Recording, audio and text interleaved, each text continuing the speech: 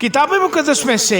यर्मिया की किताब के 39वें बाब की तिलावत। शाह यहूदा सिदकिय्याह के 9वें वर्ष के 10वें महीने में शाह बाबुल नबूकदनेस्सर अपनी तमाम फौज लेकर यरूशलेम पर चढ़ आया और उसका मुहासरा किया। सिदकिय्याह के 11वें वर्ष के चौथे महीने की 9वीं तारीख को शहर की फसील में रखना हो गया और शाह बाबल के सब सरदार यानी नीर कुल सराजर, समगर नबू, सरसकीम ख्वाजा सराओं का सरदार, नीर कुल सराजर, मजूसियों का सरदार और शाह बाबल के बाकी सरदार दाखिल हुए और दरमियानी फाटक पर बैठे और शाह यहूदा सिदकिय्याह और सब जंगी मर्द उनको देखकर भागे और दोनों दीवारों के दरमियान जो फाटक शाही बाग के बराबर था उससे वो रात ही रात भाग निकले और बियाबान की राह ली, लेकिन कसदियों की फौज ने उनका पीछा किया और यरहू के मैदान में सिदकिय्याह को जा लिया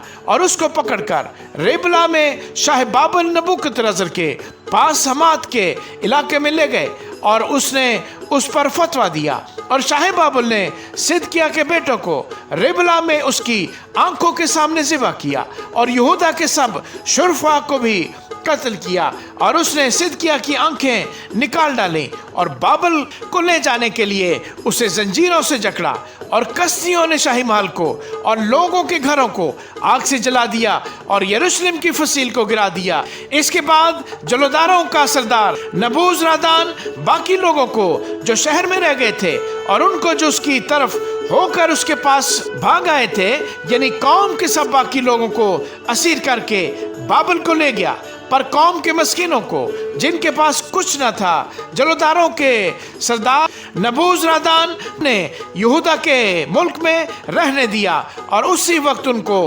पाकिस्तान और खेत बख्शे और शाह बाबल नबूकदनेस्सर ने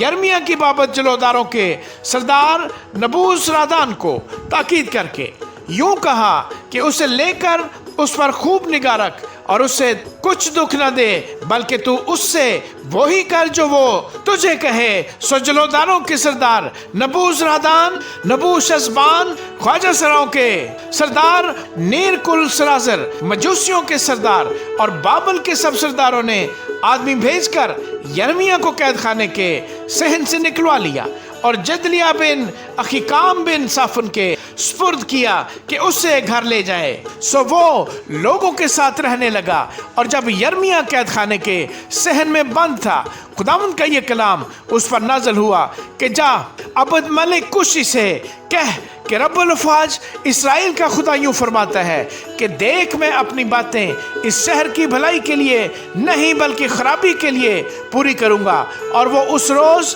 तेरे सामने पूरी होंगी, पर उस दिन मैं तुझे रहाई दूंगा खुदावंद फरमाता है और तू उन लोगों के हवाले ना किया जाएगा जिनसे तू डरता है, क्योंकि मैं तुझे जरूर बचाऊंगा और तू तलवार से मारा ना जाएगा बल्कि तेरी जान तेरे लिए गनीमत होगी, इसलिए कि तूने मुझ पर तवक्कुल किया खुदावंद फरमाता है। आमीन।